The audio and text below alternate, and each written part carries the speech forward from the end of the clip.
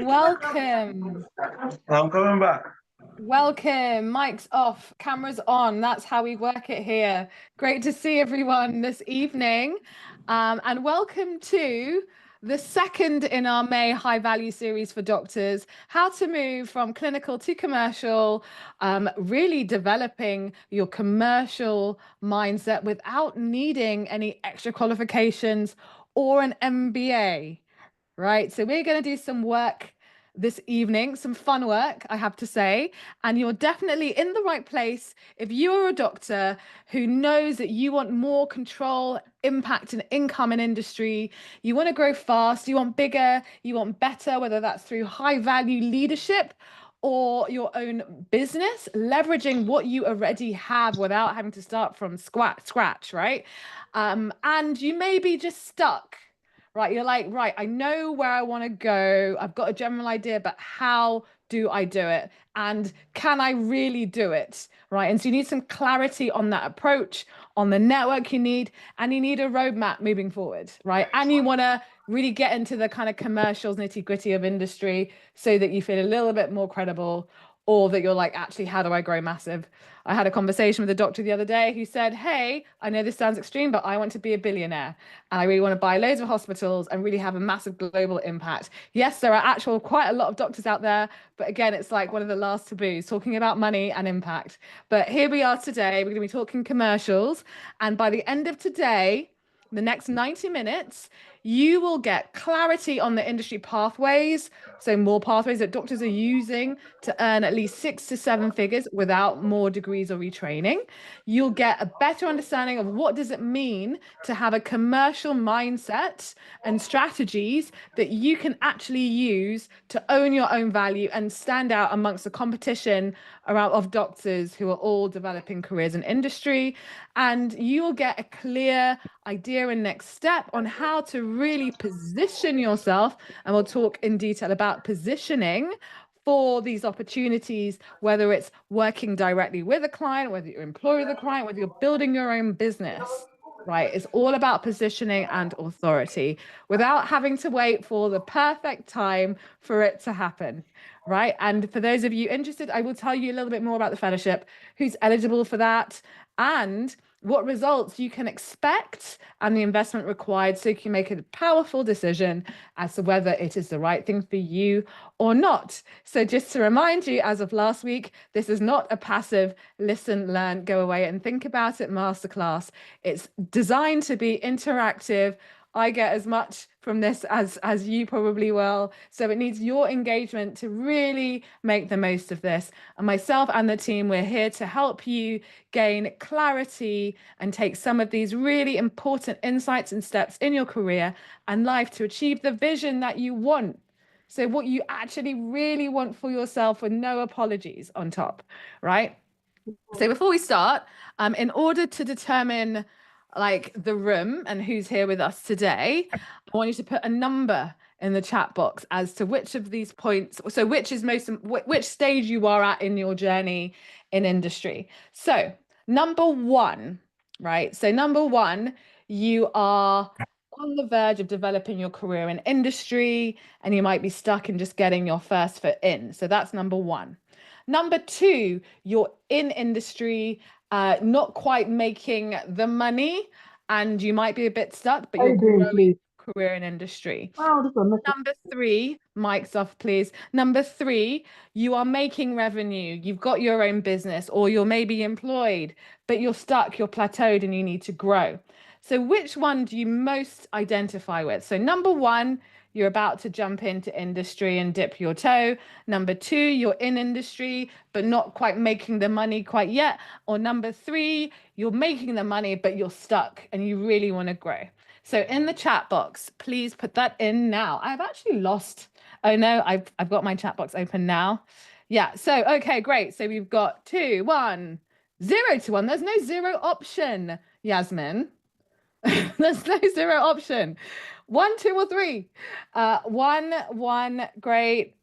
We've got some more twos, some more ones. We've got 3. Great. FH. Ones, ones. Okay. We've got a mix, but mostly ones at the moment. Fantastic. Great. We've got some more people coming in. For those of you coming in, welcome. We are just getting an idea of who's in the room today, and we're putting some numbers in a chat box, but we can talk about that another time. Great. So just a brief about me. I am a Boehner. I am an occupational health physician. I'm the founder of Medic Footprints, and I am the strategic transformational business coach and head mentor for the Doctors in Industry program. I'm a mum of two small girls. They're 2 and 4. And the reason for this program, you may know my story. I graduated. I realized that I felt like more like a glorified medical secretary. I was like, when I went into medicine, it was either going to be music or medicine, and I chose the reasonable choice. But reality, I'm not really sure whether medicine was where my true strengths were. Then, Oman, thank you. Since then, my journey has enabled me to develop over 11 years of really deep expertise in not only alternative careers for doctors, but doctors like you who are developing high value impact industry careers and alternative careers. So just to name a few companies that I've worked with in through Medic Footprint. So as well as supporting doctors, we have a B2B arm, business to business, where we've worked with a whole range of companies from the big global MBB consulting, such as Bain, PwC, Deloitte, as well as Babylon Health, if you remember them, Holland and Barrett, Google, Teladoc Health, you name it, small and large, global, across the world. I've got that experience, right? And so it's all about leveraging my expertise, how working with companies works versus working with individuals, right? And the whole idea is really to help you develop that commercial mindset to help you move forward. So for you right now, you might be asking this very question of yourself: how do I move on? How do I achieve the next milestone, right? The big how. I'm not sure how. And we see a lot of doctors really struggle with that bit, right? And it's really about helping you to gain more income, more impact, more control, and doing this with like-minded doctors, right? So this, Medic Footprints and the industry program is one of the only supported spaces where you have people who get that, where it's at the intersection of medical, business, and industry challenges over time. Right. And so we have a proven roadmap, we've got a community, we've got masterminds, and we've catapulted like a huge number of doctors over the years, even outside of the program, into high value and impactful roles. And we also guarantee outcomes. But I'll tell you a little bit more about that. It's all about the mission. So our mission is to help 100,000 doctors develop industry careers in 2025. And well done, just by being here, you are one of them. So I really want to introduce you to our team who are here today. Some of them are fellows. So I'm going to get started with Hetty, who's actually right next to me in my screen, at least. I'm going to stop sharing my screen. So Hetty, could you please tell me, yeah, can you hear me? So tell us about you and your experience on the program, and what is your biggest breakthrough on the program so far? Hi, everybody. I'm Hetty. I'm a doctor and health strategist, and I provide expert clinical advisory to healthcare investors, enable them to invest in truly impactful new products. And I am one of the fellows on Medic Footprints. I joined in October last year, so halfway through, and I've learned so much and come so far from where I was back in October. I think my main thing has been changing the mindset and moving from what other job could I do, which I think is where I was sitting before, into what problem do I want to solve and who needs that problem solving. And that shift in approach and thinking about who are the clients I want to work for and what problems do I want to solve has been the most impactful thing for me. Brilliant. Welcome. We're so grateful to have Hetty and her expertise and her unique ability to make complex problems very less complex. So we're really grateful to have you. Raj. Hi, everybody. So I am also a current fellow. I am a GP and health tech consultant, and I help startup founders and investors build credible, scalable, impact-driven health tech solutions. I was going to say mindset shift as my biggest breakthrough in this fellowship, but Hetty beat me to it. But I would say a close like second or maybe on par is actually the community that comes with being part of the fellowship. You can go so much further with a team of like-minded people to bounce your ideas off, and you would just be operating so much slower. And if you had to do it on your own and figure out a way yourself. So you might come in for the strategy of how to get from where you are now to where you might want to be. But B, mindset shifts and community are like really the lifeblood of what makes that strategy come to life. Brilliant. You said it all. Thank you so much, Raj. And we've got Rania. Hi everyone, my name is Rania. I'm also a fellow here at Medic Footprints. So I partner with global health leaders to improve the health of marginalized communities. We help them develop strategies with a focus on migrant health as well. I would say my biggest breakthrough with Medic Footprints has been confidence, I guess. Yeah, on the same wavelength of mindset, confidence in the value of the experiences I have and the expertise that I have. I founded my own company, I have paying clients, and I never thought 3-4 months into the Medic Footprints program that I could be at this stage. So I would say confidence has been the biggest breakthrough for me. Brilliant. Rania has just been an incredible force in the program for the last few weeks. Few weeks and months, I should say. Really, really amazing, and hear more about her journey. And we've got Craig. Hi, I'm Craig Wiley. I've been a doctors in industry fellow for 3 months now. I'm by background a full-time general practitioner with some background with the BMA, Department of Health, and some private GP work. I help healthcare companies improve patient access in general practice. Biggest breakthrough for me has been reaching my first contract after a few false starts over the last few months. I would say the biggest rate limiting step is always in your own mind. You'd be surprised. It's a powerful thing, and really grateful to have been working with you. I know it's been such a short time, but I feel like I know you really well, which is incredible. And that is the community that we've built. And Tiernan. Hi everyone, I'm Tiernan. I'm a final year medical student graduating in 2 weeks' time. I've also built my own business over the past few years. I help healthcare brands build scalable and predictable marketing and sales systems. I'm digital growth lead at Medic Footprints and have worked with Abena for a few years now and the rest of the Medic Footprints team. I think biggest takeaway that's in my mind at the moment is thinking big and thinking about how you can kind of leverage your experience and expertise on a global scale. Always thinking about having an impact on a massive level instead of kind of thinking small and thinking big instead. Absolutely. I think one of our key mantras now is don't be afraid to think a lot bigger than you're probably thinking right now. And that's something that really touches my heart, because it's actually opened a lot of doors for more conversations with doctors who are thinking big, but probably didn't have the permission or the space to do so. So yeah, and I'm gonna jump into Kiran because Kiran's just jumped in as well. So it's like the more the merrier. We're just doing intros and your biggest breakthrough so far on the program. Hi everyone, I'm Kieran. I've got a background in general practice, but I'm also working consulting with health managers on projects related to reducing health inequality for deprived communities.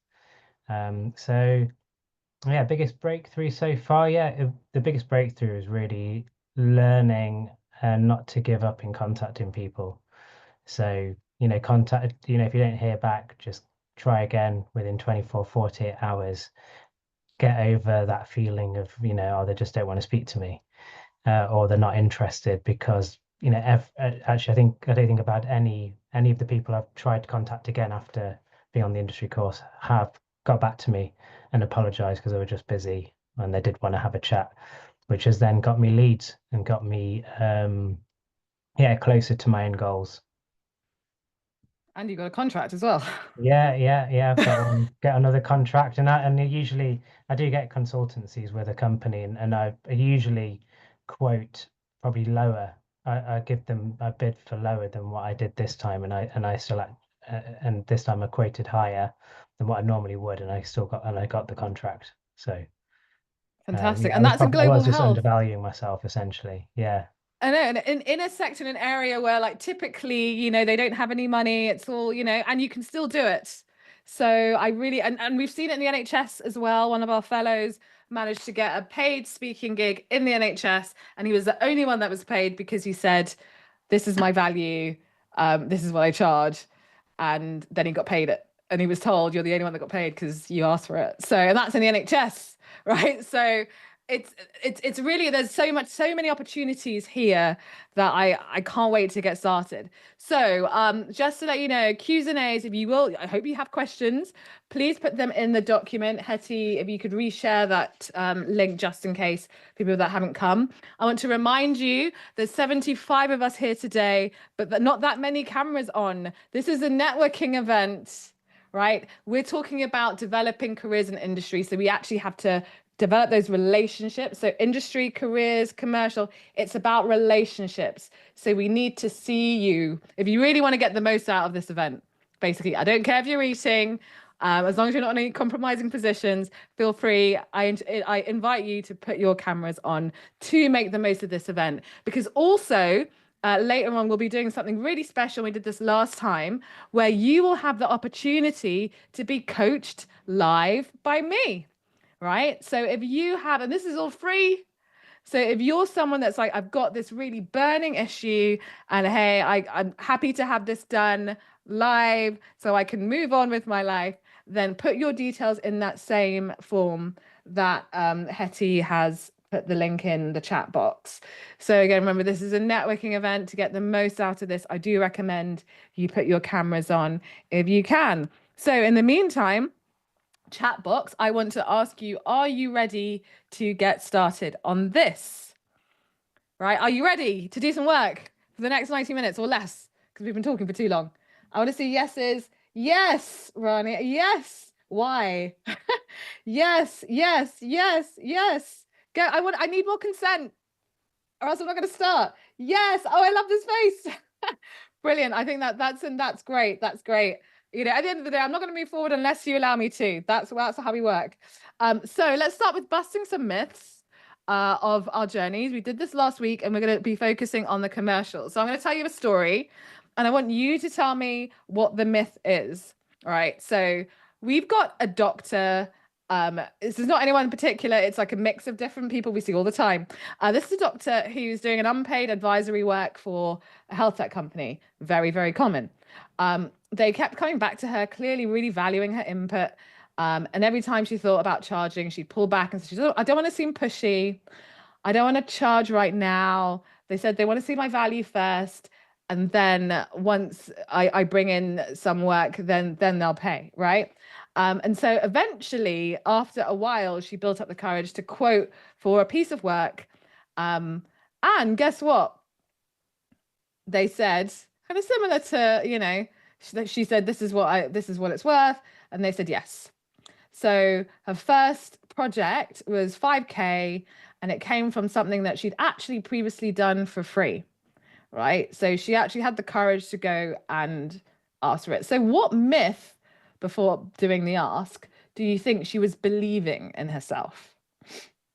What myth do you think she was believing? So do you want to put that in the chat box? What myth do you think that she was believing?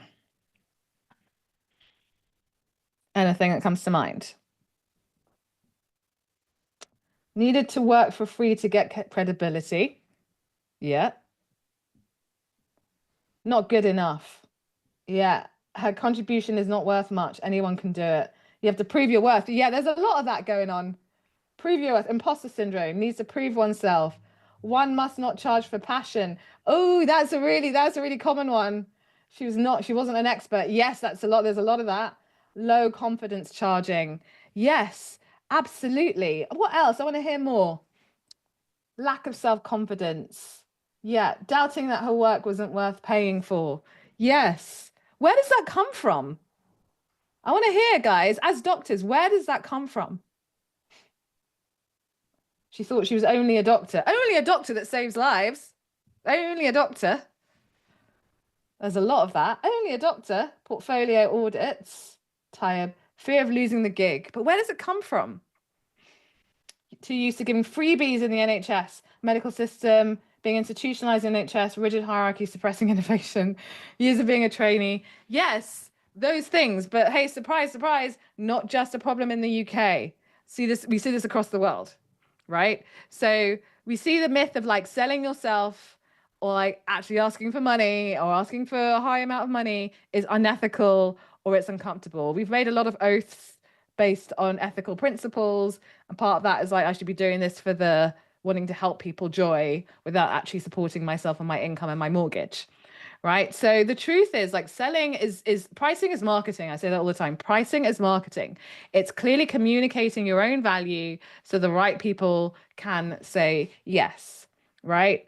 And sometimes we think in the back of our minds, if I'm good, then people will come to me. But if you're not visible and if you don't communicate that you're really good, and there's different ways of communicating that, and part of that is what you charge realistically, then people will just be guided by what you show them and what you tell them, right? Even if they give you, even if you do really good work but you're not charging for it, then essentially you're saying, well, I don't value my work, and so you don't need to as well, right? So you're always putting a price on what you do. Right, you're always putting a price on what you do. Sarah, please put that question in the Q&A box. We'll get to that because that's a very good question. What do you recommend working out what you charge? Because that's like a whole other thing, right? Next story. James was leading a service redesign team. He's a doctor. He was delivering results, improving pathways, hitting those key performance indicators, but no one seemed to really pick up on that. He didn't get any pay rise. He didn't get a promotion, and he thought, if I just keep doing the excellent work that I'm doing, then someone will see it, right? And I'll get rewarded for it. We see this in healthcare all the time, right? But they didn't. So he took it upon himself to learn how to communicate his commercial impact in numbers and strategy and language. And so we'll talk about that later. And he managed to negotiate a title change, a raise, and even managed to get equity in the startup that he was working with. And he didn't actually change anything that he did. In fact, in some ways, he did less to get more, right? He did less to get more, right? So what belief do you think was holding him back in the first place? What belief do you think was holding him back in the first place?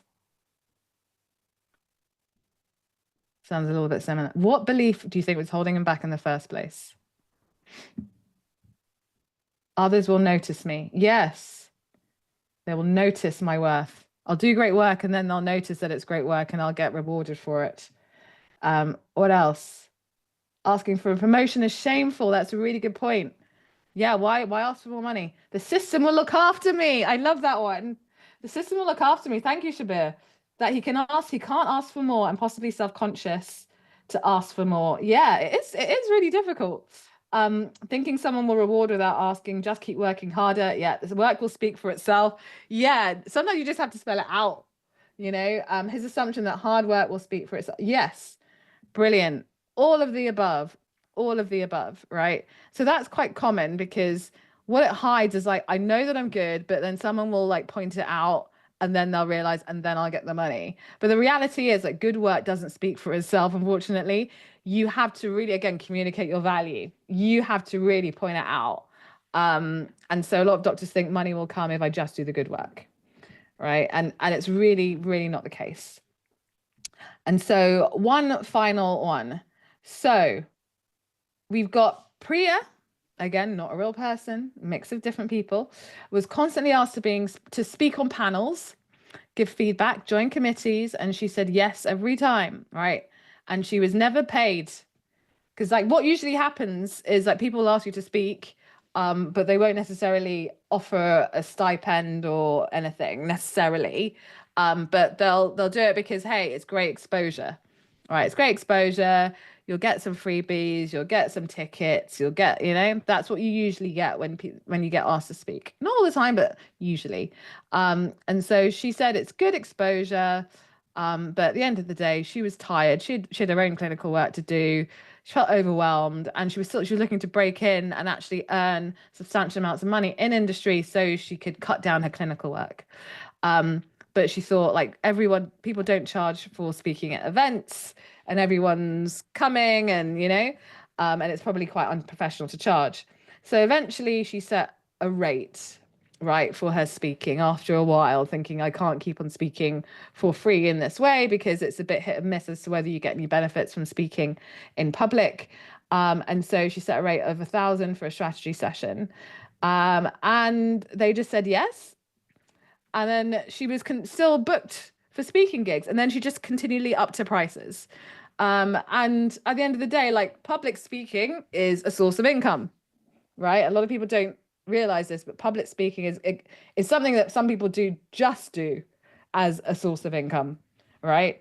And so what do you think the belief was holding her back? What was the myth that was holding her back in that narrative?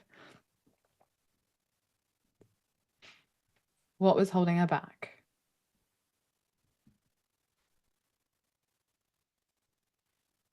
Good Samaritan, yes.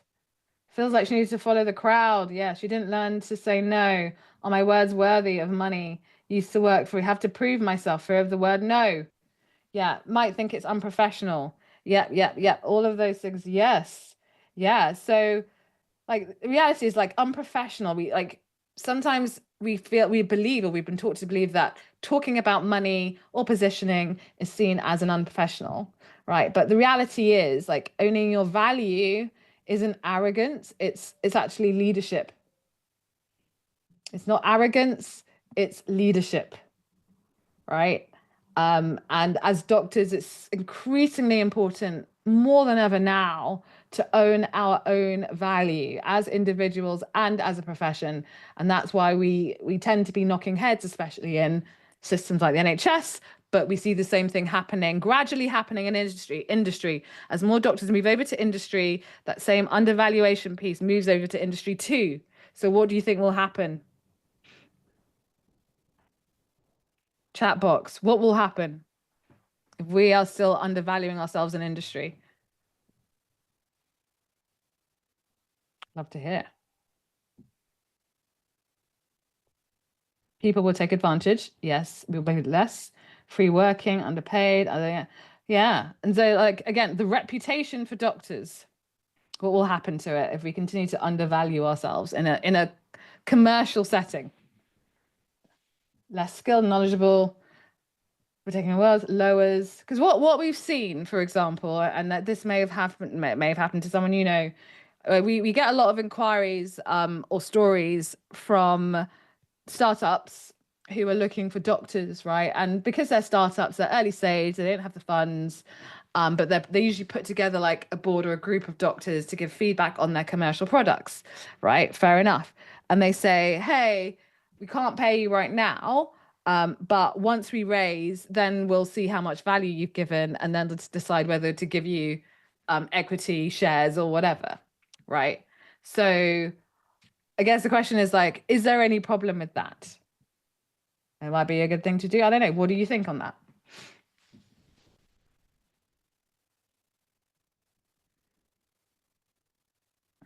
Any thoughts have come up?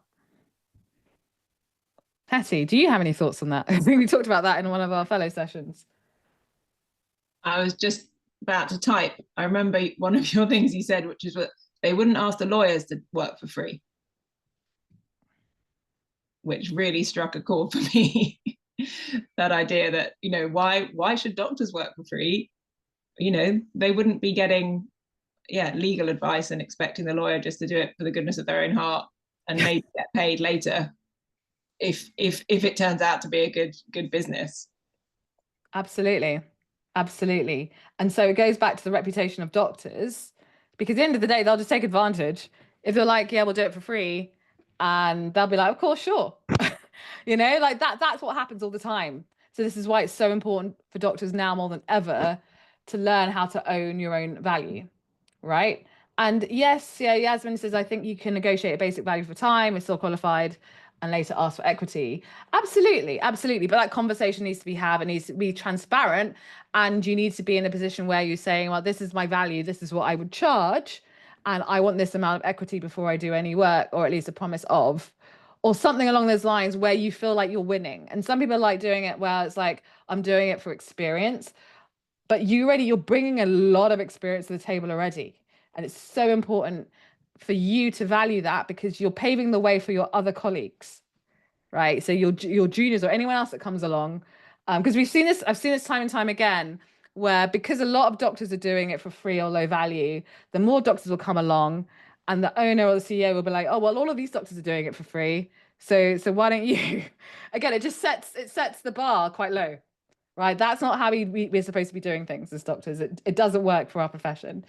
So yeah, great to see more comments in there. So let's do a little bit of work on commercials. Do we have any questions actually before we move on to the next section?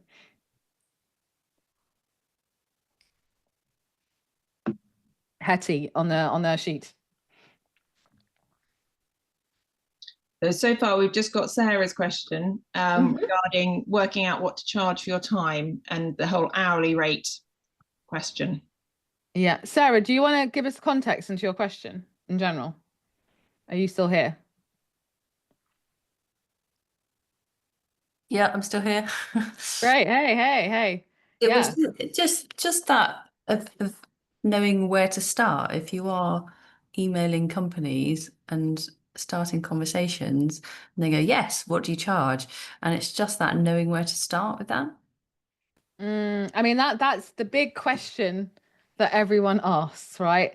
And the reality is there is no right answer to it. And that's the hardest part, really. It really depends on the context of so many different things. So the way I can tell you a little bit more about the way that we work with our fellows and advise them on this. It's really like we start with, why are you doing this? Why is it important to you? Like, what is your North Star? And a lot of us have like a financial goal, right? So for example, one of our fellows was like, I've got a financial goal of 300K for the year, right? I want to be earning that. And it's like, right, how many clients do you want to get to that goal? You might say you want 100 clients, right? So that's a lot of clients, right? Or you might say, I only want 2 clients, right? Do you see where I'm going? So then depending on your sector, you need to find clients that have that money that you would want, right? And then you have to position yourself to provide a service where they'll get the return. So what you're being charged completely is outweighed by either the money they save or the money they will earn, right? So an example, you could be the crucial linchpin to whether a product goes to market by giving in your medical advice, or whether it's medically accurate, right? A lot of doctors are, to be honest. Doctors are crucial when it comes to designing products, right? And that could mean that they get to their next milestone of funding, right? Without you, that could mean 2-3 million, right? And a business. So you come in and say, right, I know that my goal is to, I don't know, get like 50K for a contract, because that then feeds into what I feel I can do for the year. Then you might say, right, I know that my input will actually save you time and will mean that you'll get like 2 million in funding, and all I'm charging is 50K for this. And then you say how long you want to work, what the project is, what the deliverables are, etc., etc. That's just an example, right? But again, it really depends. It's very personal as to what you want to charge, right? But I always encourage doctors to charge using the premium pricing positioning, and value-based pricing. So value is like you're not necessarily charging based on the hours, you're charging based on the value that you bring the client or the employer. Same with premium, right? And I talked about this last time. You've got the option of staying in a bed in the Travelodge or staying in a bed in the Ritz. You get to sleep for the night, but which one would you go for? You know? And like when people think of doctors, generally, with the amount of credibility we have, with the trust, the fact we can open doors to a lot of healthcare providers, you know, the fact that we're regulated, essentially that's huge value. So we need to be positioning ourselves as huge value by going for more of the Ritz approach rather than the Travelodge, just like barristers do, right? Exactly the same thing. And it's interesting because I reflect, like, why do barristers, accountants, dentists, like, why don't they struggle with like the same thing that we do? Because the reality is most of them tend to be self-employed. So they've had to learn to do that. Where in doctors, most of us tend to be employed, at least at the beginning, right? So it's really the mindset. We talked about mindset a lot at the beginning. It's really the mindset shifts and culture that determine how we value ourselves. So I know I can't say like one thing or the other, but it's really in the context of like the value that you're providing your client. Does that align with what I know? It's not like a straightforward answer, but it's marketing as well. As I said earlier, pricing is marketing. But you have to be able to, I say justify isn't the right word, but align it with the return on investment that you're providing to your client or your employer. Right. And a lot of that is internal confidence in what you're doing. It's knowing their problems, knowing their pain points, knowing the value you bring, believing in yourself of the value that you're bringing. Right. And that is what a lot of doctors also struggle with, is that self-belief of what they're bringing to the table. And therefore they're like, I don't want to price too high. I don't want to, you know, it's hard because we haven't been trained in that kind of culture environment. Does that address your question? We've got another question. Yeah. It's from Doris. Says, when you start a company and want to employ fellow doctors, is it okay to do 0-hour contracts for them? Thinking about what we were just talking about and not working for free, while it wouldn't be working for free, it still feels a bit unethical. So, I mean, I think that's a really good question. So can you tell me a little bit, who was that, Doris? Doris. Yeah, do you want to give me the context, Doris? Hi, can you hear me? Hey. Hey. So I'm just thinking about starting a company, and basically I'm thinking about also providing a sort of retirement plan for a lot of my colleagues. But it's a difficult start. So it would be easier if I would have a large amount of money to start the company with. It would be an easier start. But if I'm starting from scratch, there's very little things that I can offer for my colleagues actually to work with me. Basically, that's it. Yeah, no, I appreciate that. And I really, I'm really glad to hear the concern of like, you really want to support your employees, but 0-hour contracts. The reality is, in these days, in our gig economy, does everyone know what a gig economy is? Where you're paying for the time or you're paying for the outcome. It's actually very common, especially in the early stages of growing a business, to pay people on a contractual basis. And a lot of doctors who are going into industry, especially as a first step and a way into a lot of companies, will do so on a contractual basis, which again can be seen as 0 hours, where like the amount of work isn't necessarily guaranteed. But what we usually do, and we usually advise on, is when doctors go in, they have a very defined project where they say, okay, this is the project. This is what we want the outcome to be. This is the value of the project, and it will be done in X period of time. But if you're talking about like a clinical, I mean, I know lots of friends in medicine who like pay per case, for example, or pay per report or pay per day. So you're not necessarily being paid by the hour. You can be paid by the value. So it's not unusual, is what I'm trying to say, in that sense, especially if it's a clinical capacity. But at the end of the day, it's really important just to be transparent. And a lot of doctors, like, they want the flexibility, because you're also offering flexibility in that sense. As long as you pay a reasonable amount and doctors say yes to it, then it's like a consensual agreement. That's the way that I say, and at the end of the day, like, what you pay will determine what you get. What you pay will determine what you get. Yeah, so hopefully, does that answer your question? Absolutely. Thank you. Brilliant. So we could do some questions later on. I'm going to talk about positioning. Who knows what positioning is? I talk about it a lot, and it's a really key term. Who knows what positioning is?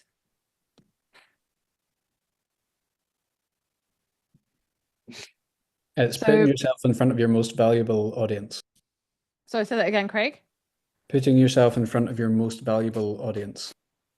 Yeah, so let's talk about MVA. I want to hear some other people come in with like what positioning is.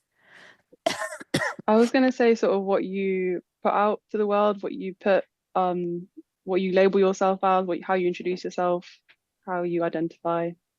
Yeah, so I'll put the words into your mouth. It's like putting I feel like putting a picture of a flag. You're putting your flag in the sand and saying, this is who I am, this is what I do, right? Mm-hmm. Anyone else want to weigh in? What is positioning? What does it mean? We're talking about commercial now. I was going to say it's marketing yourself, your branding. Marketing, branding.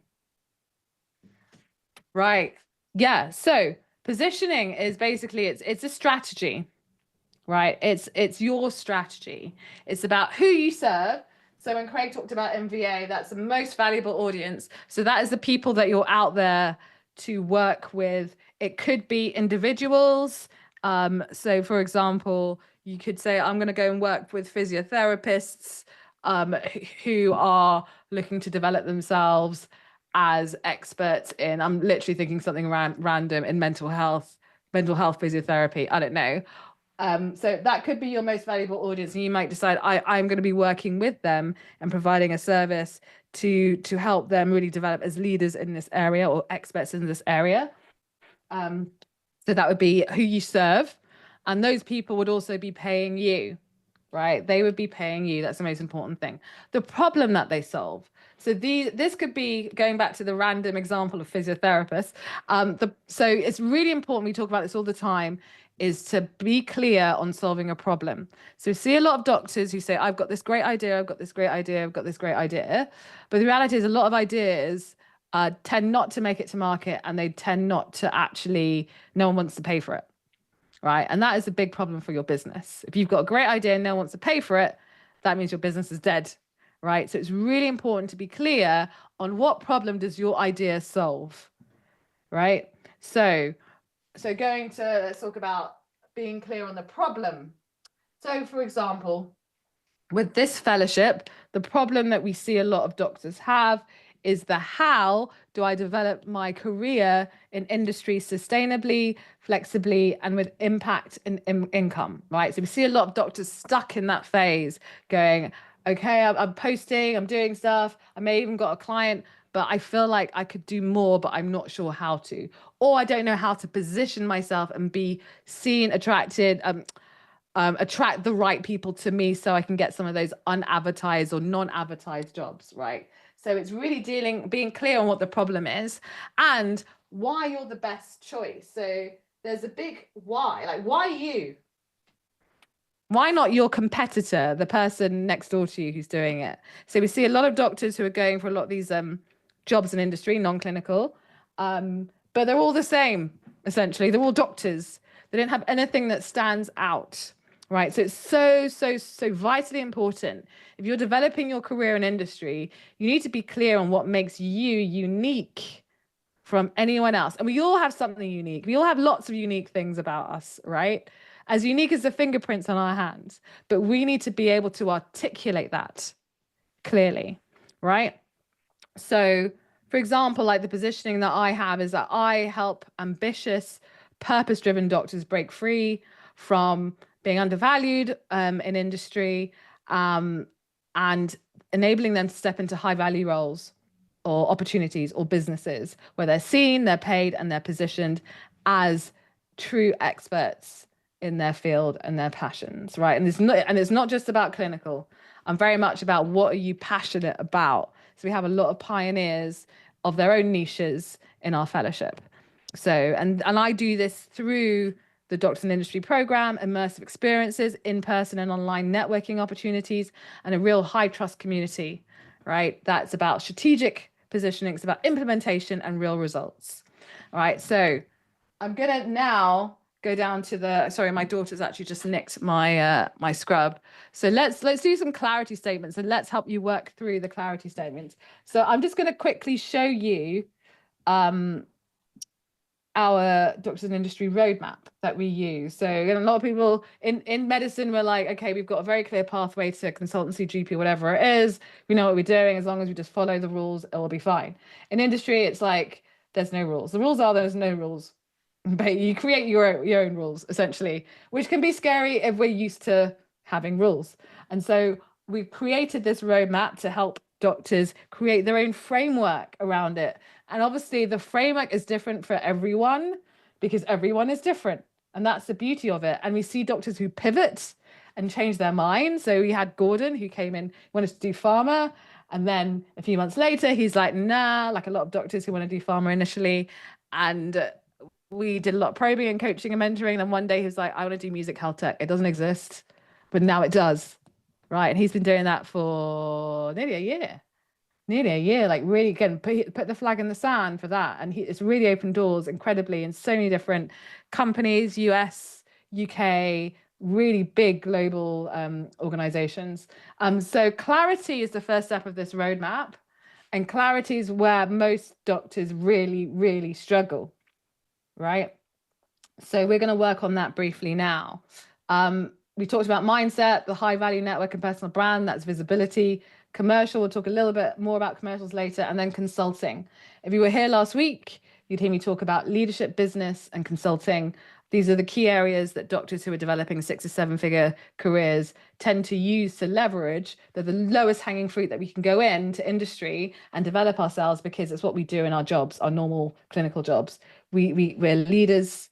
We not necessarily the business, unless you may already know the business, but consulting is what we do in our current jobs. So going back to clarity, let's do some clarity statements. So fellows, I'm just going to walk over and get my rubber. But Hetty, do you want to tell us your clarity statement again? So I'm Hetty, and so I've got two. I'll go for my original one back in the day, that one I started with. I'm Hetty, and I solve complex problems for values-based companies. Brilliant. Brilliant.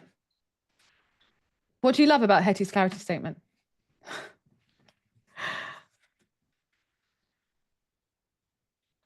Anyone got any comments? What do you remember? And most importantly, what do you remember about it? Straightforward, concise, very focused. Yes. I love it. Brief, to the point, to the point. So your clarity statement is not supposed to tell you everything and anything about you. It's just supposed to give you the basics and pique interest. So if the right person is there with you, they will be like, oh, cool, tell me more. If they don't want to know more, they're not going to ask. But the whole idea is that it's meant to open up conversations and be easy to remember so you can be referred. In industry, clarity is everything. Clarity will get you paid. Being clear, concise will get you paid. Right. And as doctors, we struggle with that because we're trained to be very complex in the way that we do things and do the whole complexity dance. Right. Raj. Okay, so I help mission-driven startup founders and investors build credible, scalable, impact-driven solutions in health tech. Brilliant. Craig.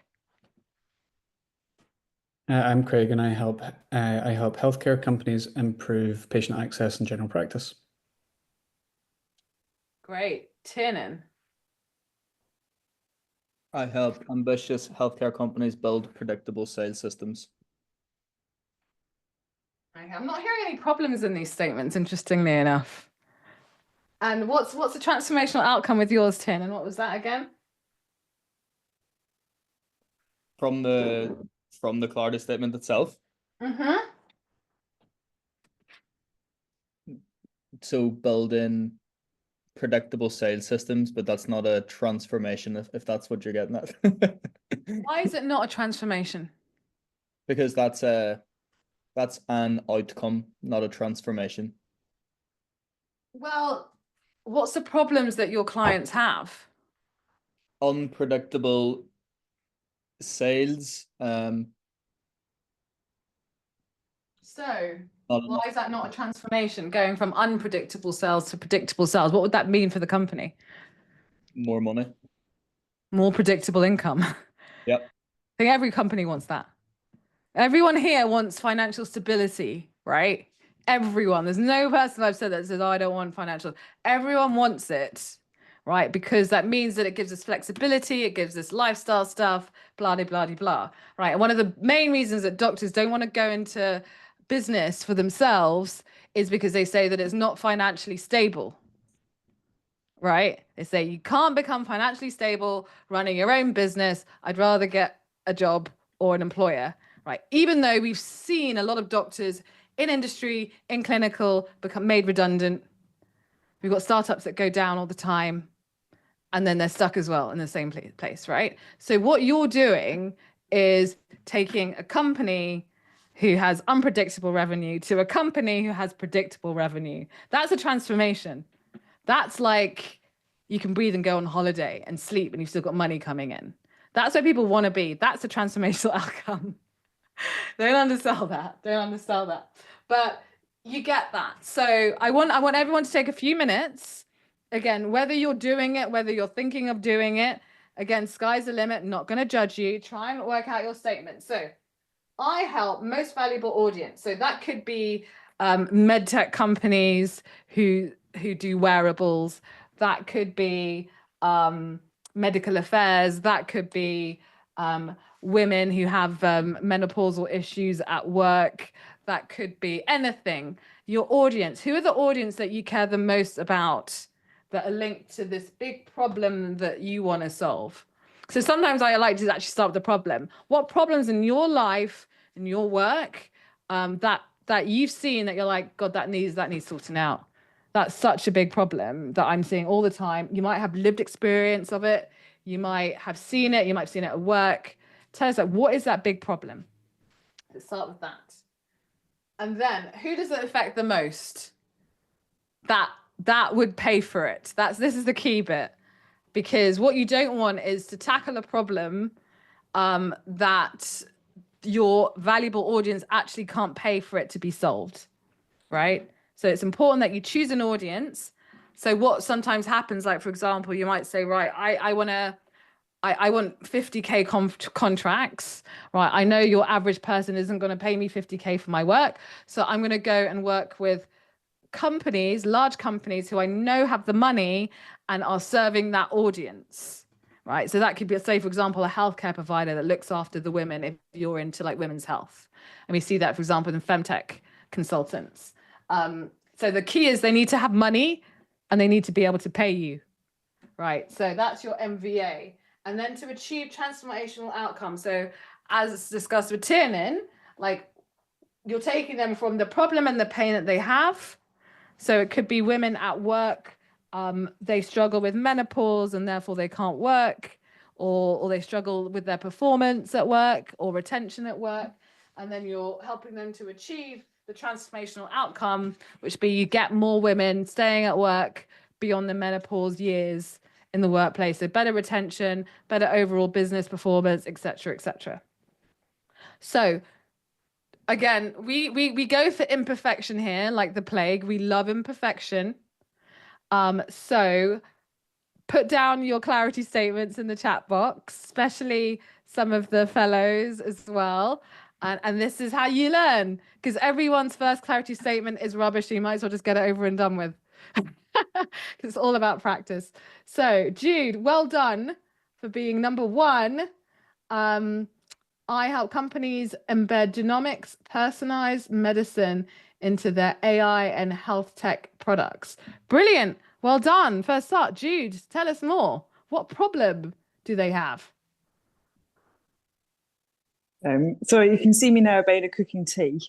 Hey, great, great. It's tea time, dinner time. Yeah. I think what problem do they have? Genomics is becoming more and more prominent in healthcare, and there's not actually that many doctors who have got skills and expertise in genomics, not just in genomics, but I also have expertise right across different healthcare settings and genomics as well, because I've worked across primary, secondary research and innovation landscapes.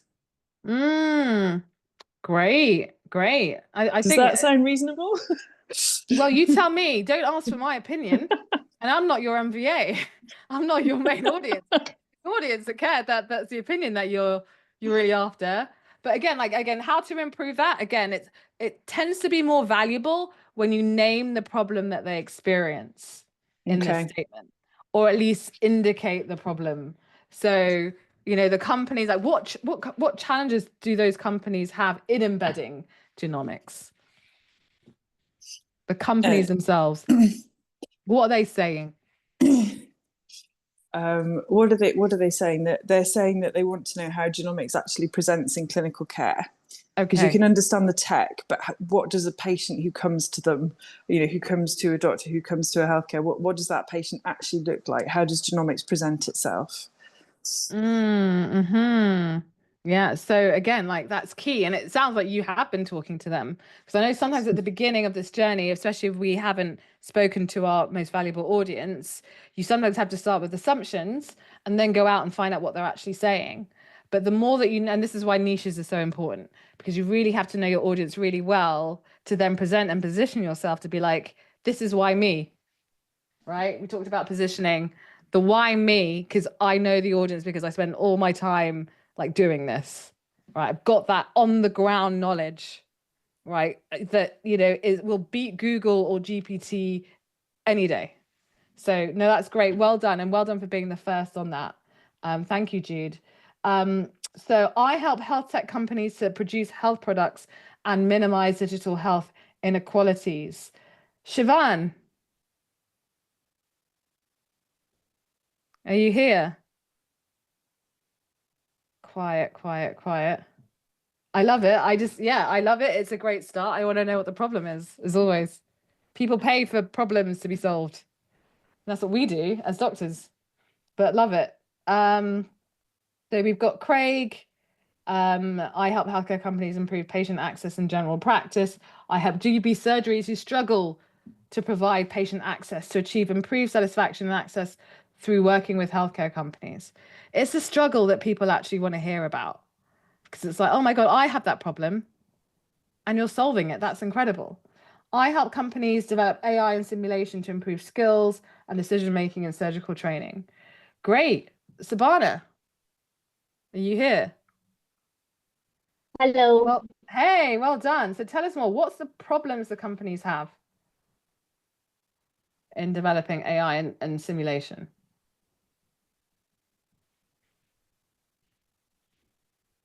So the problems, I think, it's both ways. Incorporate very basic skills, more about the motor skills. But then again, with the help of AI, you can actually have complex surgical issues and it's sort of like getting trained by like an astronaut. You will do certain hours in simulations with various different complex problems. And then you'll be able to fly the real thing. And as surgical training is becoming more cases, the AI and simulation has a real way to enhance it, not completely replace it, but enhance it and shorten the time of the training and make much more confident surgeons. So get more surgeons actually actively practicing sooner, rather than having to take, so it cuts the time down basically. So the challenge is we don't have enough surgeons because it takes too long to train them to do these procedures. Therefore, okay, great. I think that's fantastic. Well done. Thank you so much for doing that. So you can see, and I'm going to go with Shabir, the last one. I help specialist hospitals collaborate on complex rare disease projects to remove barriers across international boundaries. Oh, I love that. What are the barriers? Yes. Curious. Hey. Loads of barriers. Yeah. The more I do, the more barriers I find. Yes. It's about trying to enable either clinical projects or research projects, which are all usually well funded, but they want expertise, but they can't quite find it. So it's about matching people up a lot of the time. Brilliant. And that's what I also see as well, that the deeper you go into your niche and your area, you just find more problems. And that's what makes you valuable, because then you can pick which problems you want to solve, because you can't solve every problem. Well, can you? You can't tackle everything, but there might be specific problems that you do really well at. So I love that. And yeah, you should definitely chat with Kieran. Is Kieran still here? Yeah, I'm here. I'm here. Networking, opportunities. Excellent. This is what I do. So I do. Great. Thank you so much for sharing that. So you can see why positioning is crucial to your survival in industry, right? This is what's going to communicate your value. And as I said last week, you know, this is also a game, right? So medicine is a game. We've played the game of medicine. We've done really well, else we wouldn't be here. And then industry is a different game. So you don't play the same game that you play in medicine and industry. They're completely different. You just got to learn the rules and play it in a way that suits you and gets you winning to your goal, whatever your goal is, right? Should we go to any questions?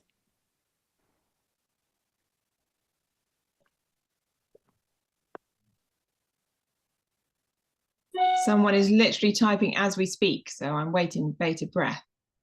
Okay. Hey, brilliant. Whilst you do that, actually, what we'll do is a quick commercial quiz whilst we're doing that. So I want to ask you some questions. What does ROI mean?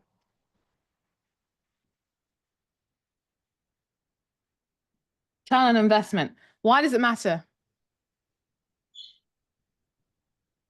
Why does ROI matter in commercial language?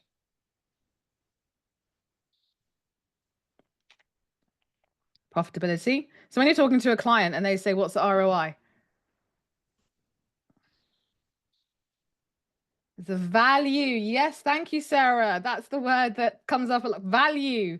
ROI is the value or the benefits that your client gets in return for the money that they spend, right? So I talked about that earlier with Sarah's examples. Well, what I kind of made up, which is like, you know, 50K, if you're charging 50K, but your client ends up getting 2 million in funding or £2 million product, you know, the ROI, return on investment, is huge, right? Okay, what is the difference? We talked about this earlier, the difference between an outcome and a transformation.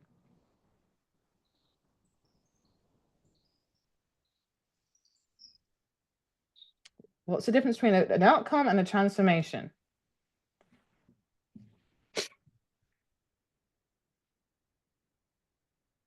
Outcome can be measured. Yeah, it should be. It definitely should be measured. It's easier. It's the end point. It's what the client, yeah.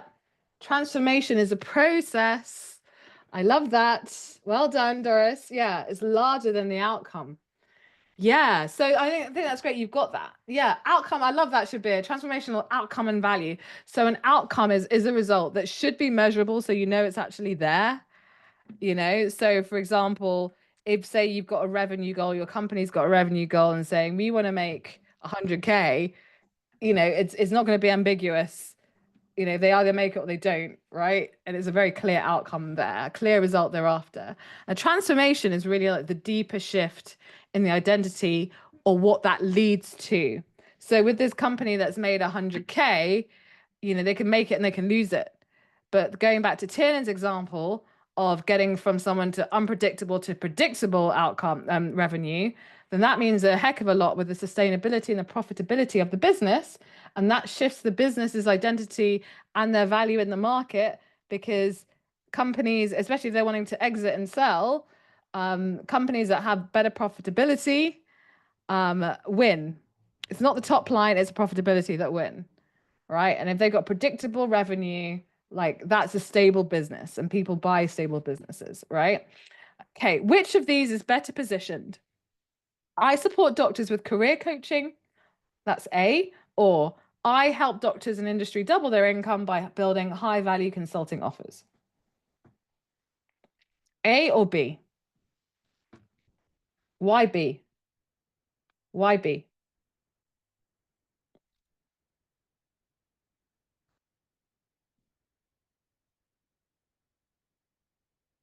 Transformation, more clarity, more descriptive, more specific. Specific outcome is measured. All right, what else? Precise targets. What else?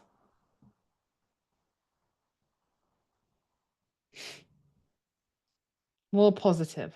So when you're saying precise targets, Shabir, what do you mean?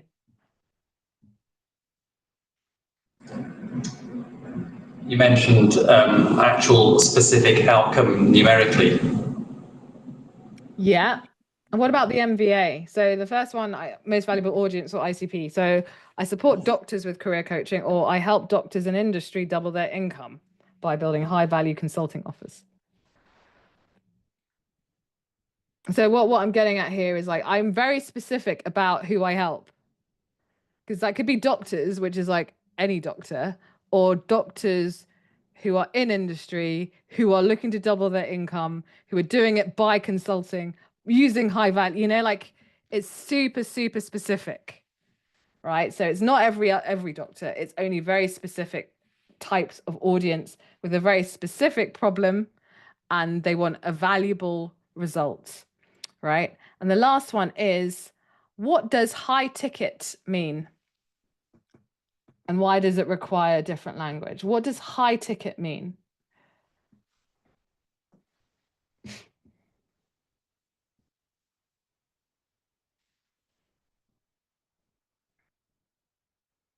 Niche, prestige. Expensive. What does expensive mean, Hetty? What does expensive actually mean? Valuable. Does it? Expensive means that you're charging more than it's worth. Perceived, yeah, it's perceived more than it's worth. Fair.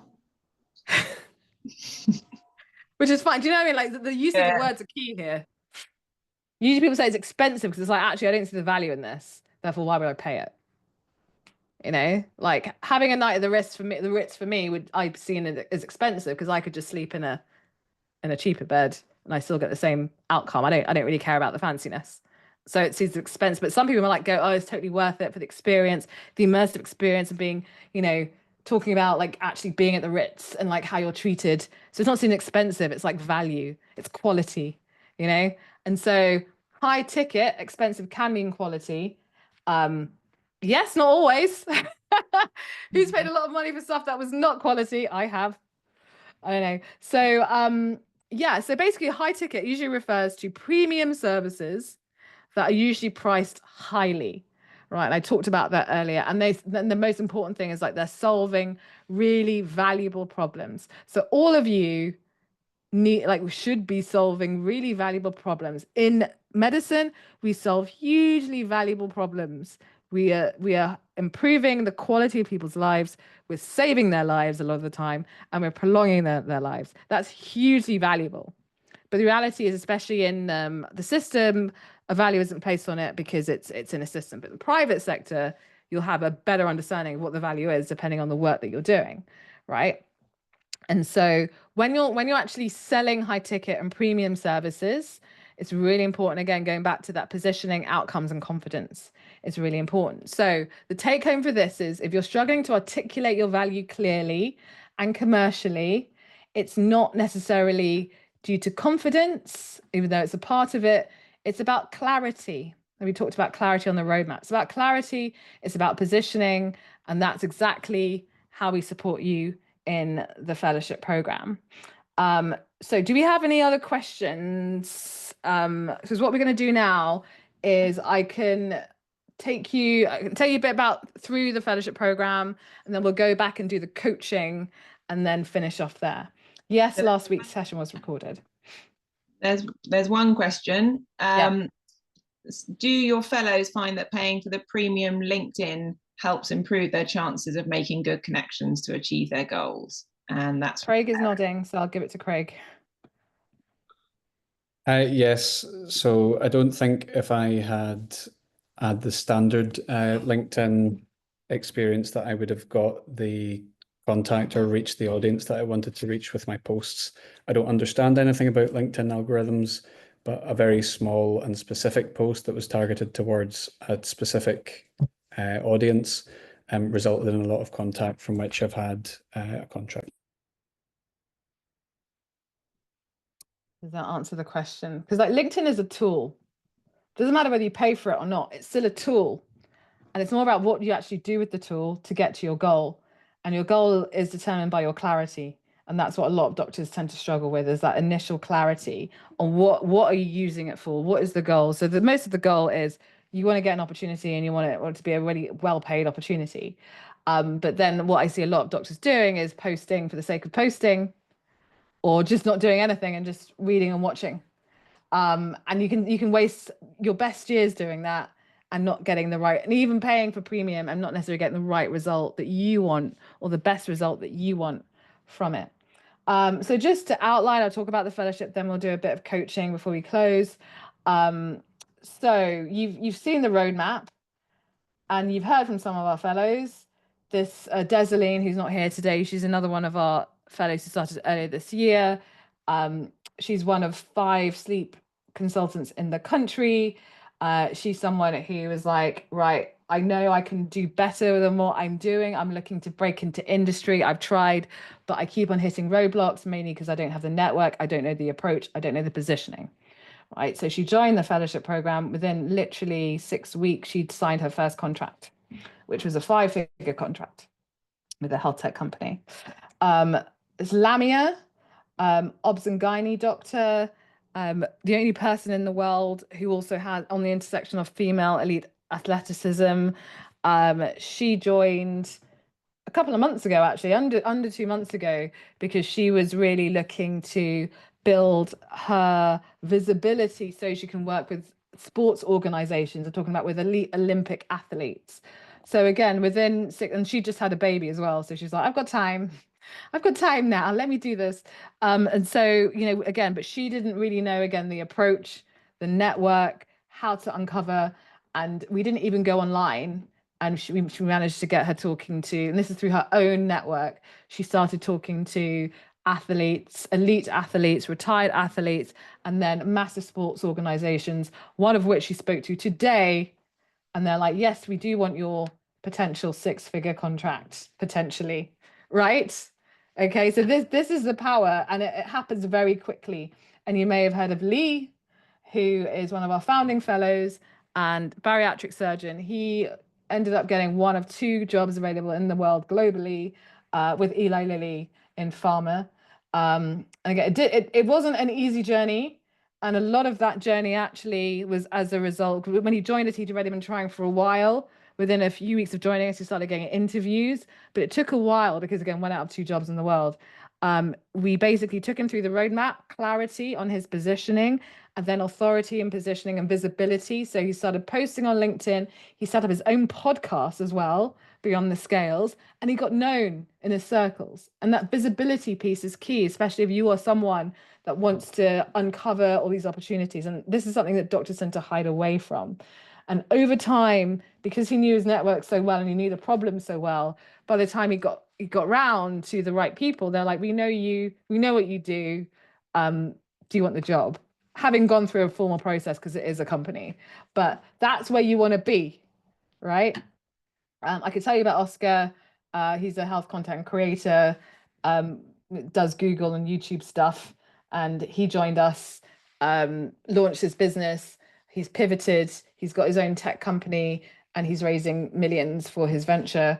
And then you may know Lauren, who another amazing person, Femtech, now moved to AI. So she's working with an AI company. So we've got a lot of those examples. But basically, what do? We support doctors who are seeking transformational shifts and to experience a really amazing life, right, that they own completely on their own terms, right? And we've got a number of programs, but the main one is the Doctors in Industry program, where we've seen, especially because we looked at the doctors that started earlier on this year, this is 3-4 months ago, and there's been a 60% success rate in 3 months for their initial core milestones of developing impactful careers in industry, right? And so it really is powerful, and everyone's on a different timeline. It's a very flexible program, but people do get results very quickly. So that is the main program. That starts from £10,000. We've got a few others, including the Empire, which is an invitation only, but that's for the doctors who are like, I'm building a global empire in the billions. Those doctors do exist, and they make a huge impact, right? So eligibility, the question is like, is this program suitable for me? Right. And so the key thing, and we always look at people who have joined our programs, who's done well, who hasn't really gotten their results as quickly as they could have. And the key thing, we talk about mindset. Mindset is everything. It's a willingness to move through the overthinking, because we do overthink as doctors, and actually just get stuck in with actually just taking action and implementing and learning through the action. So we have another doctor, she's amazing. She basically designed a program to help women with PCOS that she designed for herself. And you know, not an obs and gynae doctor, but it works. It gets people off medication, and she did it with her friends. She's like, I've got this business idea. Maybe I need to perfect my business plan and leave it a few months and maybe join the fellowship later. And I said, you know, your business plan is going to last a second, and then you'll have to change it the minute you go to market. Get started with us now. We'll help you to achieve your goals. And again, within a few months, and then she was overwhelmed when she started, because she was getting approached by people. She was asked to join organizations because she became more visible. And then she managed to get 3 clients, you know, within a few months, right? And if she'd not joined, it could have been thinking about the business plan for another few months, right? So it's really powerful. So we've changed our criteria a bit. So we're looking for doctors who have a clear-ish idea of what they want to do in industry. It's not for career coaching or exploring. It's like, I know I want to develop my career in industry. I just need to find out how actually, what's my approach, what's my positioning, what's my strategy, and actually getting this done. And doctors, they pivot all the time. So it's okay to change your mind, because it's the same process. So it's more about learning the process. And this is for doctors who want a done with you approach, not a DIY, because DIY actually does take longer. I've tried it. Don't worry, I've tried it. It does take longer, but it's the done with you and getting the opportunities and creating opportunities using the ecosystem that we've built and we're building. So it's our combined networks, and I've got a big network from the last 11 years already, as well as the other networks of the other doctors, right? And aiming for at least a 6-figure income over time plus, right? We have in-person events. Our last one was in March at the Houses of Parliament. That's where we had a graduation. That was super cool. We like to do things big and fun.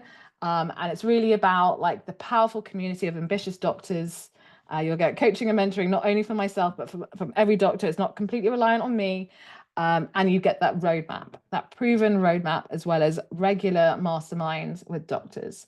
Another retreat in Battersea. We also had one last year in Accurex. It's a health tech company, if anyone knows it. And you get all of this. The value of it is over £48,000, and that's for 12 months. Not everyone wants to kind of hang around for 12 months because they get their goals really quickly, but you've got that support if you need it. Some people want longer, some people want shorter, but we've said 12 months because actually a lot of it's to do with the mindset shifts. Because what we see is sometimes when doctors leave a community where people are thinking like them, and they go back to their old community, they start shifting their thinking back to the old way of thinking. And that doesn't help your progress. You need to be around people who are doing what you want to do. And we see too many doctors taking advice from people that aren't doing what they want to do. So the investment for 12 months, you can get started from $3.5 grand deposit. This is the key roadmap that we use for our Doctors in Industry program. And this is the roadmap that we use for the our accelerator program, which is for doctors with businesses who want to leverage the premium priced strategy. That is on wait list at the moment, just so that you're aware of that. And the question is, what does it compare with? So sometimes doctors think, I'm going to do an MBA, which can be quite valuable for the network, but it's a very expensive way of really developing your commercial credibility. And also you're then competing with everyone else who has an MBA. So actually, it doesn't really add too much apart from the prestige and the networking, which you can get anyway from this ready-made network. We see that doctors that do well tend to outgrow qualifications as they grow. They realize that qualifications isn't the way to move and grow, right? And I see that especially with those doctors who are like, I want to be billionaires. You're not going to get qualification and become a billionaire. It's really your mindset shift that's going to help you get there and to really make that impact globally. So I talked about doing another course of qualification. Again, I don't have anything against qualifications, but sometimes doctors say, well, I've done that before to move on and progress, so I'll do it again. Again, it's a different game in medicine compared to industry. Qualifications don't equal progression necessarily, unless you know how to leverage it. That's key. Some people think, I'm going to think about this for a while, I'm going to delay. What's the problem with that? You're stuck. I talked about the fellow who could have delayed her business plan for business plan for 5 months. She got paid earlier, right? So And the cost of delaying, we've seen it time and time again in doctors. The cost, this is the biggest cost that you don't even see, is I've been doing this for a while and I've seen industry changing. When we started, it was, I want to be a doctor. Can you find me a doctor? So we'd have companies saying, I want to find a doctor. Any doctor will do, any doctor. Now it's, I want a doctor who has commercial experience, who has the mindset, who gets what we do, who gets the mission, who can position themselves. So you can see that then a lot of doctors are having to shift and change their way of doing things and upskill themselves. So the longer you leave it, the more competition for you, the harder it will be. And the other is figuring it out alone. That is the most expensive way of doing things because it takes much longer. We know that doctors that move forward will pay to get results quicker, and they'll pay to get into networks to get result quicker. So for those of you interested, next steps is a call to determine, are you a good fit for the program, enrolling and getting started to everything that we have. And we also have an event, our last event of the summer in June. And yes, there will be giraffes. Yes, there will be lions in Kent. Again, it's an immersive event for doctors who are really looking to gain clarity on how they're going to develop their careers moving forward, and a great networking experience. And now I'm going to actually just hand over to Tiernan briefly on our offer. Yeah, so just as Abena mentioned, the next step, if you're sitting there thinking that this might be the next step for you, is to book a call. We have slots available tomorrow and for the rest of this week. And we do have an offer that's specific just for May. We can only bring on 5 doctors on this offer specifically. And the guarantee that we're running with this offer is that we'll support you to land either a 100K plus non-clinical industry role or the full-time equivalent, or build a 5 to 10K per month business. So kind of whichever path you want to go down, because as you've seen from some of the case studies of the doctors that have already been through the program, everyone takes their own path. Some people want to get that industry role, some people want to build their own consulting or advisory business. But if you do want to get started, the next step is to book a call through the link I've put in the chat. Again, some spaces available tomorrow, and we want to check that you kind of match the right fit of the doctors that we've already got in the program through the eligibility criteria that Abena has already spoken about. Brilliant. And the reason why we offer a guarantee is because we have just as much skin in the game as doctors that come in. We're here to help doctors get results, otherwise we don't achieve our mission. And we're very serious about that. So equally, we need to attract doctors who are serious about their own journey and their own business and their own career and the impact that they want to make. And so we're here to, again, transformational outcome, it's gone off, but transformational outcome, this is what we're helping doctors achieve. And you've heard some of the stories and we've seen the results, and it really is infectious and incredible. And so we'll continue going until the shift globally occurs. So you know, we're all over the world, but the fellowship itself is primarily based in the UK. We're looking to go to Australia, and then Middle East, and then maybe India, US. So we are growing, and you're still at the beginning of this journey. So the question is, so we see a lot of doctors, once they go through the program, they end up on the faculty, they end up working with us, mentoring others, and that's a very key part. So this is a really unique guarantee. And again, we're literally putting our flag in the sand and saying, this is who we're going to help and why. So if you're thinking this sounds like it could be for me, and this is what I want for myself and my future and my career, then book a call. That's all I'm going to say. Don't hesitate, don't delay, book a call. So yeah, should we go? Actually, I'm just mindful for time. Should we go for questions?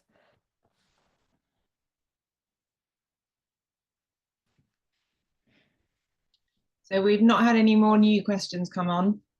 Mm-hmm. So unless people want to quickly pop something in the chat. We have had a comment around the coaching, Abena, if you want to take that as a question. Which one was that? It's just the second one on the table, someone who is a pathologist who wants to reach more clients through their expertise as an advanced HIV champion. So so I don't have access to that. What was the question? There isn't any question tied to it because someone who has put their name down for the live coaching. I wonder if that. Okay, what's the name? It's Kuala Botseng. Sorry? It's Kuala Botseng. Are you still here? Are you here? Are you here?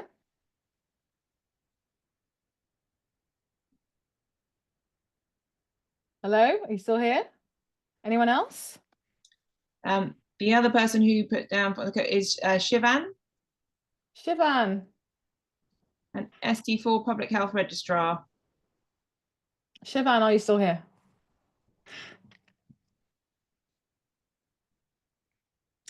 I've got Sabana, who's put a question. Sabana said, I think the main question is, how do you start putting yourself out there for industry? I had some feelers, but they didn't pan out. Sabana, do you want to share? We can work through this together. Hey. Hi, thank you.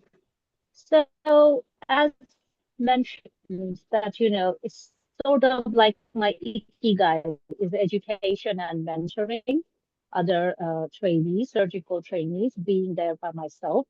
So my primarily, I think that in long-term industry that I will be is sort of like simulation or education to that industry. So what I try to mean by that is using the simulation to the best of power so that the surgical training becomes more confident and less time consuming. So in past, like I had some conversations with some companies regarding, for an example, endoscopy training. It's only focused on motor skills, but not exactly based on training experience.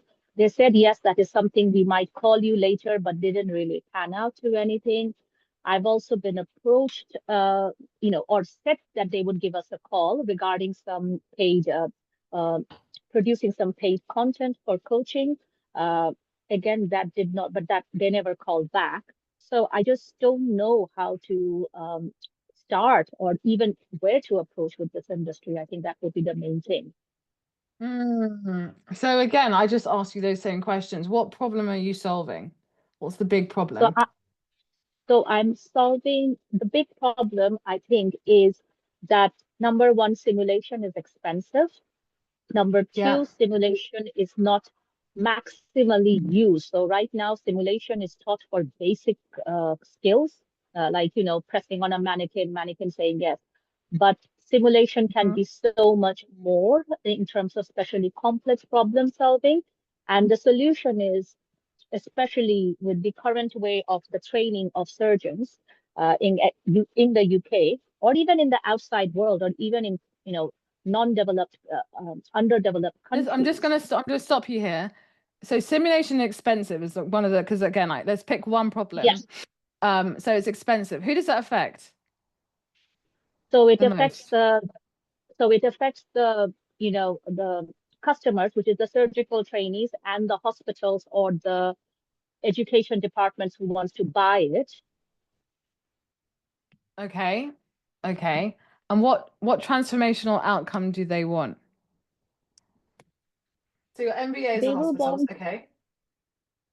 So the transformation they will want is a simulation that can be used for multiple things to help trainees at different levels rather than just a basic level. So to have further use of it, basically, I would say. Be a bit more specific. Sure. For an example, if you're talking about, so give a very basic example. Many of us might have a colonoscopy or an endoscopy. So most of the simulations are based on just, a very fixed form of movements. However, it's not not all simulations teach you about the specific maneuvers, the torquing. You can also teach like very complex maneuvers such as polypectomies and stuff like that. I'm just going to, no, I guess what I'm trying to understand is the hospital. Yes, what do they want? So the problem that they have is simulation is expensive and they would use it for their trainees. So what's the outcome that you're offering? I guess that changes the game massively.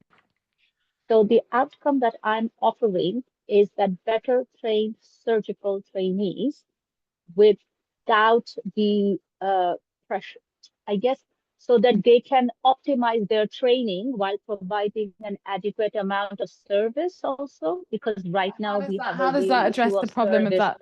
How does that address the expensive problem?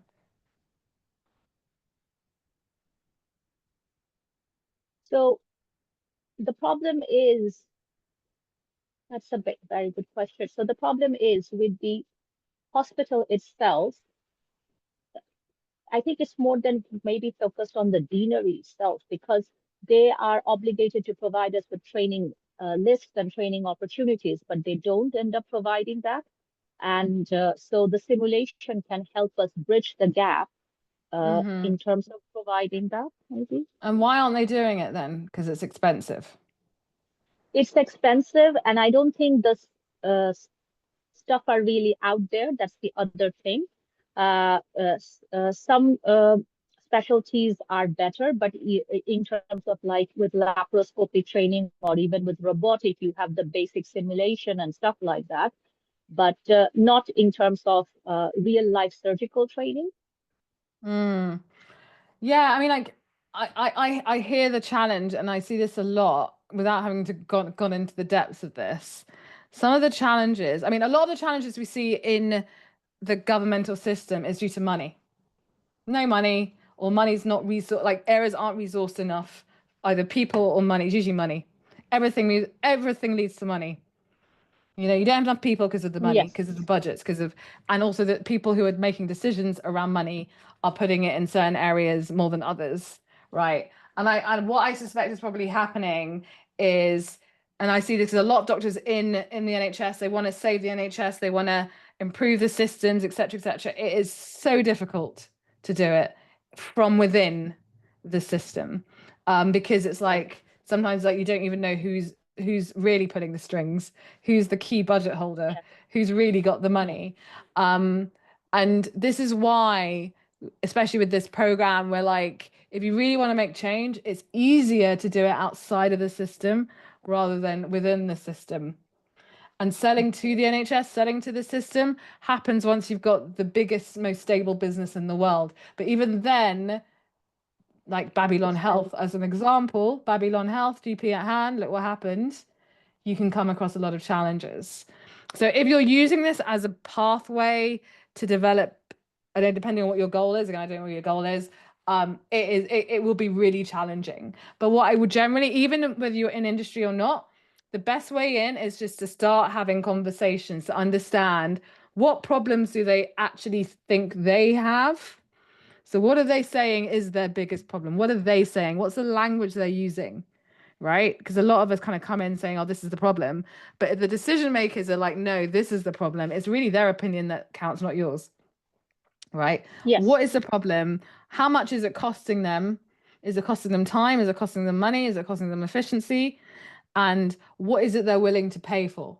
So in the NHS, as an example, there's always budget constraints with everything. They might not have a budget for this at all. And so blah, blah, blah. In industry, they may or may not have a budget. But if you can demonstrate that there is return on investment in, say, investing in simulation, as an example, to save them time, and you quantify it as you could save 10 hours a day on simulation, you could save on the amount of time it takes to train your trainees, and you're only paying 100K when actually it's costing you $1 million every month, as an example, then it's just a very clear return on investment there. But it all starts, and like this is where we all start in this journey on the clarity piece, is being clear on what we want to get out of it. Most importantly, being clear on the problem. It really is about the problem. And so this is why I always say, don't come in with ideas, because you end up just educating people, and educating takes time.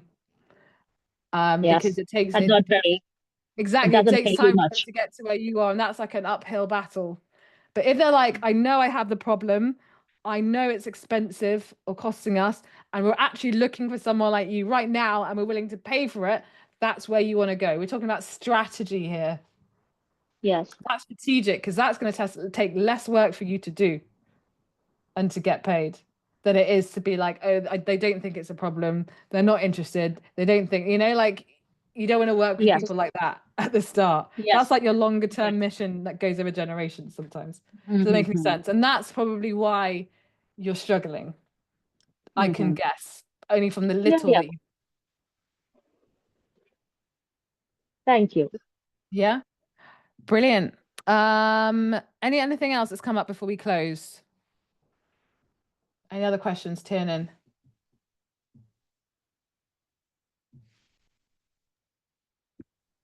I don't think anything else has come up on the document. There's someone that says, how would you get started with a health consulting business in the Middle East? Is Amar still here? Indeed. Hey, tell us more, Amar. You're not the first person that said this to me in the last few weeks, actually, so I'm curious. What's going on in the Middle East, guys? I think it's just more to do with the fact that I know that there's a growing industry, especially in Saudi, in the healthcare sector, and they're trying to spending significant amounts in boosting and expanding hospitals and primary, secondary care. I had I had my heritage from around there, so I feel like I want to use some of my sort of expertise, linguistic as well as cultural expertise, to try to tap into that area. I'm just not sure. Like I've got like ideas in my head, but again, there's nothing really like, I don't know exactly what my mission statement is, apart from the fact that I've got expertise as a doctor in the UK, and then having done some projects with managers and executives in hospitals, and then how to then translate that into like a business where I can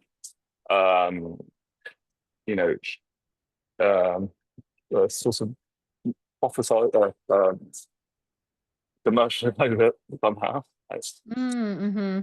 Well, there's a lot to leverage there, because obviously in the Middle East, they still see the UK as just like, you're the gold standard for healthcare. So anyone from the UK is like, come and provide your services and your intel. Like I see that a lot of time, right? So you've got a lot to leverage there, definitely. And I think the key is just actually getting started with connections and talking to people. Okay. Being clear, like it's really simple. I know it sounds really simple and basic, but it's also about the approach. It's about leveraging. So if you've got connections there, that's a great place to start. And again, it's like being clear on like what does good consulting look like for you? What problems do you know exist in the Middle East right now that maybe it's like they don't know how to build a primary care system, that they want it to be like gold standard UK level or something.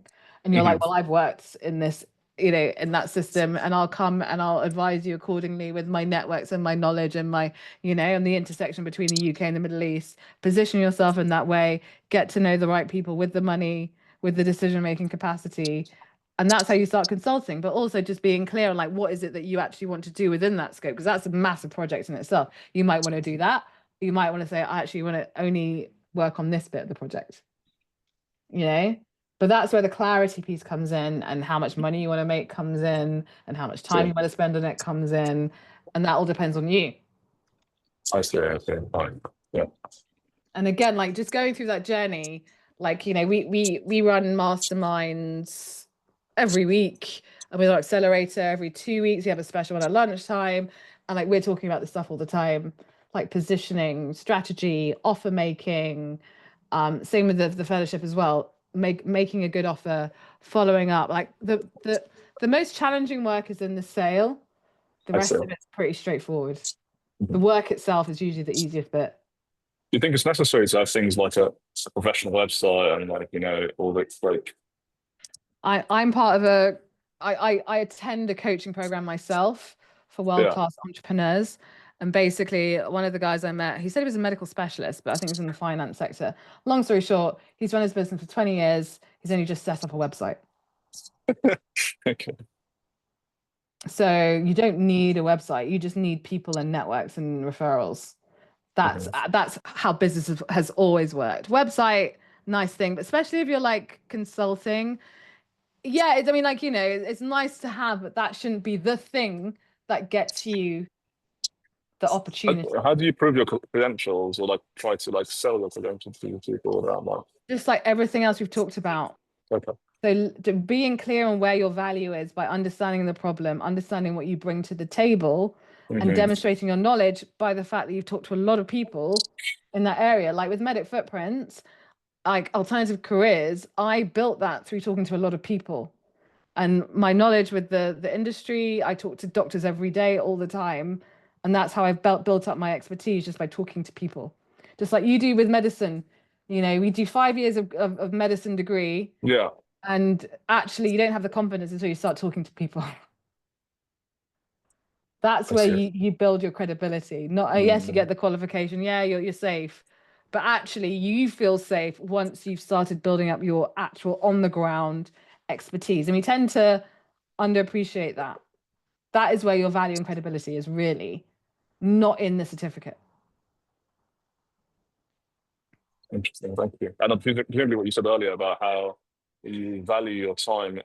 Obviously, it goes across all sorts of like, you know, industries in terms of like how you build your time and like that. In the honestly, it doesn't matter whether, I mean, I'm talking about, it doesn't matter if it's clinical, it doesn't matter if it's NHS, it doesn't matter if it's like across the world. It's exactly the same approach. You've just got to know your value, you've got to know your market, you've got to know the problems, and you've got to build that self-confidence that you are the best person for this purpose. And like we see a lot of influencers, for example, who are just really interested in a topic or a condition or whatever, and they'll just talk about it forever, and then they'll be seen as the experts because they're really passionate about it, and they get paid more than we will. Because they know the game, they're playing the game. That's the reality of it. They're being visible, they're being heard, they're positioning themselves, they're doing all of the things I've just talked about, right? We're supposed to be clever. So it's really about time to leverage what we have, because we have more than a lot of people in this world. We have a lot more, and we can do a lot more. But the biggest thing that holds a lot of doctors back is the mindset. It's ourselves, basically. And that needs to change. But brilliant. Well, anyway, thank you so much. Just a reminder, if you are interested in moving forward with your career, your industry career, we are offering this amazing guarantee, ends at the end of this month. You can't get any better than this. I don't think we've actually offered a guarantee any better than this. So if you're even slightly thinking about it, book a call. If you've got any more questions on the back of this, book a call. And we hope to see you at our next event. And take care. I want to say thank you, everyone that joined today. I want to say thank you to Tiernan, to Hetty, to Rania, to Craig, to who else have I missed? Raj, everyone that's joined and participated. I really appreciate it. And I really wish you all the best for your careers moving forward. Any questions, don't hesitate to ask. Have a great evening. Take care. Bye.